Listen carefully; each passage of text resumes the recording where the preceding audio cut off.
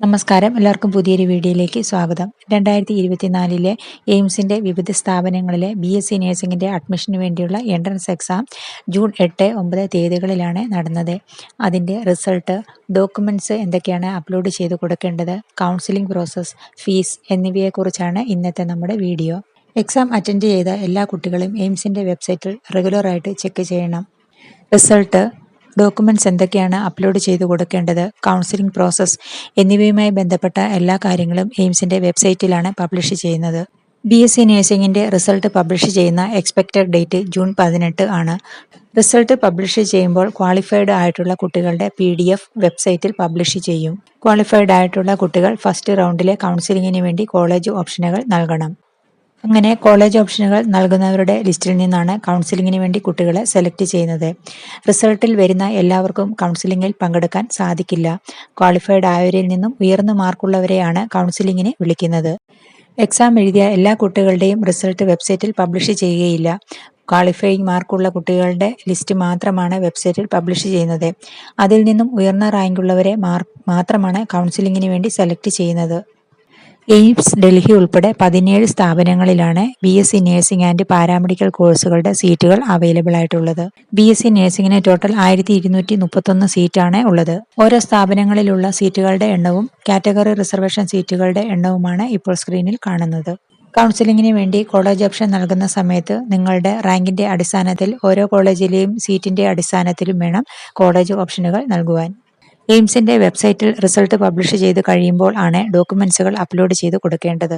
OBC, EWS, SC/ST വിഭാഗത്തിൽ ഉള്ളവർ seat reservation ലഭിക്കുന്നതിന് വേണ്ടി കാസ്റ്റ് തെളിയിക്കുന്ന സർട്ടിഫിക്കറ്റ് അപ്ലോഡ് ചെയ്ത് കൊടുക്കണം.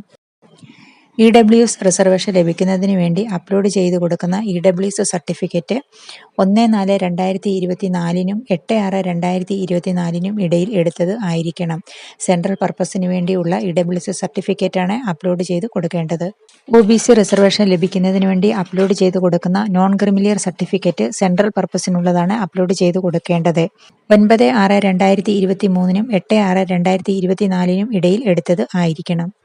SC/ST വിഭാഗത്തിൽ ഉള്ളവർ അപ്ലോഡ് ചെയ്ത് കൊടുക്കുന്ന കാസ്റ്റ് സർട്ടിഫിക്കറ്റ് അവരുടെ കൈവശമുള്ളത് അപ്ലോഡ് ചെയ്ത് കൊടുത്താൽ മതി. അതിനുവേണ്ടി ഡേറ്റുകളൊന്നും മെൻഷൻ ചെയ്തിട്ടില്ല.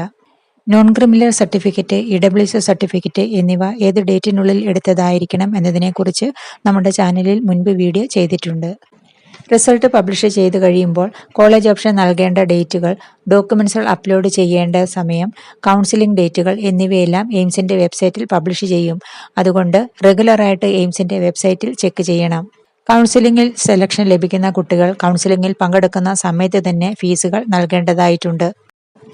BSc നഴ്സിംഗിന് രജിസ്ട്രേഷൻ ഫീസ് 25 രൂപ, ട്യൂഷൻ ഫീസ് 4 വർഷത്തേക്ക് 600 രൂപ, പോട്ട് മണി 960 രൂപ, ഹോസ്റ്റൽ ഫീസ് 480 രൂപ, കോഷൻ ഡിപ്പോസിറ്റ് 100 രൂപ, ഹോസ്റ്റൽ സെക്യൂരിറ്റി 1000 രൂപ റീഫണ്ടബിൾ ആണ് എന്നിവയാണ് അഡ്മിഷൻ സമയത്ത് നൽകേണ്ടത്. 4 വർഷത്തേക്ക് 3165 രൂപയാണ് അഡ്മിഷൻ സമയത്ത് നൽകേണ്ടത്. മെസ് ഫീസായിട്ട് എല്ലാ മാസവും 700 രൂപ നൽകണം. 3165 രൂപ ടോട്ടൽ നൽകുന്നതിൽ 1000 രൂപ ഹോസ്റ്റൽ സെക്യൂരിറ്റിയാണ്. 4 വർഷത്തെ പഠനത്തിന് ശേഷം 1000 രൂപ റീഫണ്ട് ചെയ്ത് കിട്ടുന്നതാണ്. ഡോക്യുമെന്റ്സുകൾ അപ്ലോഡ് ചെയ്യുന്നതിന് എയിംസിന്റെ വെബ്സൈറ്റിൽ നിങ്ങളുടെ പ്രൊഫൈലിൽ ആപ്ലിക്കേഷൻ ഫോം ലോഗിൻ ചെയ്യണം. അപ്പോൾ ഡോക്യുമെന്റ്സുകൾ അപ്ലോഡ് ചെയ്യാനുള്ള ഓപ്ഷൻ കാണാം. അവിടെ ഡോക്യുമെന്റ്സ് അപ്ലോഡ് ചെയ്ത് കൊടുത്താൽ മതി. റിസൾട്ട് വന്നതിന് ശേഷം മാത്രമാണ് ഡോക്യുമെന്റ്സുകൾ അപ്ലോഡ് ചെയ്ത് കൊടുക്കുവാനുള്ള ഓപ്ഷൻ വരുന്നത്.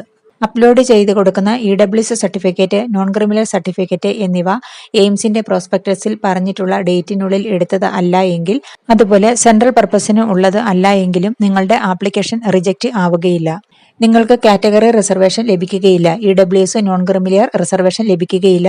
കൗൺസിലിംഗിൽ ജനറൽ കോട്ടയിൽ മാത്രമേ പരിഗണിക്കുകയുള്ളൂ. അപ്ലോഡ് ചെയ്ത് കൊടുക്കുന്ന നോൺ ക്രിമിലിയർ സർട്ടിഫിക്കറ്റും EWS സർട്ടിഫിക്കറ്റും എയിംസിന്റെ പ്രോസ്പെക്ടസിൽ പറഞ്ഞിട്ടുള്ള ആ ഡേറ്റിനുള്ളിൽ ഉള്ളതും അതുപോലെ സെൻട്രൽ പർപ്പസിന് വേണ്ടി എടുത്തതും ആയാൽ മാത്രമാണ് കാറ്റഗറി റിസർവേഷൻ ലഭിക്കുകയുള്ളൂ. SC/ST വിഭാഗത്തിലുള്ളവരുടെ കാസ്റ്റ് സർട്ടിഫിക്കറ്റിന് ഡേറ്റുകളൊന്നും മെൻഷൻ ചെയ്തിട്ടില്ല. അവരുടെ കൈവശമുള്ള ഏത് സമയത്തെടുത്ത സർട്ടിഫിക്കറ്റുകൾ വേണമെങ്കിലും അപ്ലോഡ് ചെയ്ത് കൊടുത്താൽ മതി. സീറ്റ് റിസർവേഷനുകൾ ലഭിക്കുന്നതിന് വേണ്ടി ശരിയായ രീതിയിലുള്ള ഡോക്യുമെന്റ്സുകൾ അപ്ലോഡ് ചെയ്ത് കൊടുക്കാത്ത ആപ്ലിക്കേഷനുകൾ ജനറൽ കോട്ടയിൽ മാത്രമാണ് പരിഗണിക്കുന്നത്. BSc നഴ്സിംഗിന്റെ റിസൾട്ട് പബ്ലിഷ് ചെയ്യുന്ന എക്സ്പെക്റ്റഡ് ഡേറ്റ് ജൂൺ 18 റിസൾട്ട് വന്നതിന് ശേഷം മാത്രമാണ് ഡോക്യുമെന്റ്സുകൾ അപ്ലോഡ് ചെയ്ത് കൊടുക്കേണ്ടത്. അതിനുശേഷം മാത്രമാണ് കോളേജ് ഓപ്ഷനുകൾ നൽകേണ്ടതും കൗൺസിലിംഗിന് വേണ്ടിയുള്ള ഡേറ്റുകളും വെബ്സൈറ്റിൽ പബ്ലിഷ് ചെയ്യുന്നത്. എയിംസിന്റെ BSc നഴ്സിംഗ് എൻട്രൻസ് എക്സാം എഴുതിയ എല്ലാവരും എയിംസിന്റെ വെബ്സൈറ്റിൽ റെഗുലറായിട്ട് ചെക്ക് ചെയ്യണം. വീഡിയോ എല്ലാവർക്കും ഇഷ്ടപ്പെട്ടു എന്ന് വിചാരിക്കുന്നു. അടുത്ത ഒരു വീഡിയോ ആയിട്ട് വരുന്നത് വരെ ബൈ.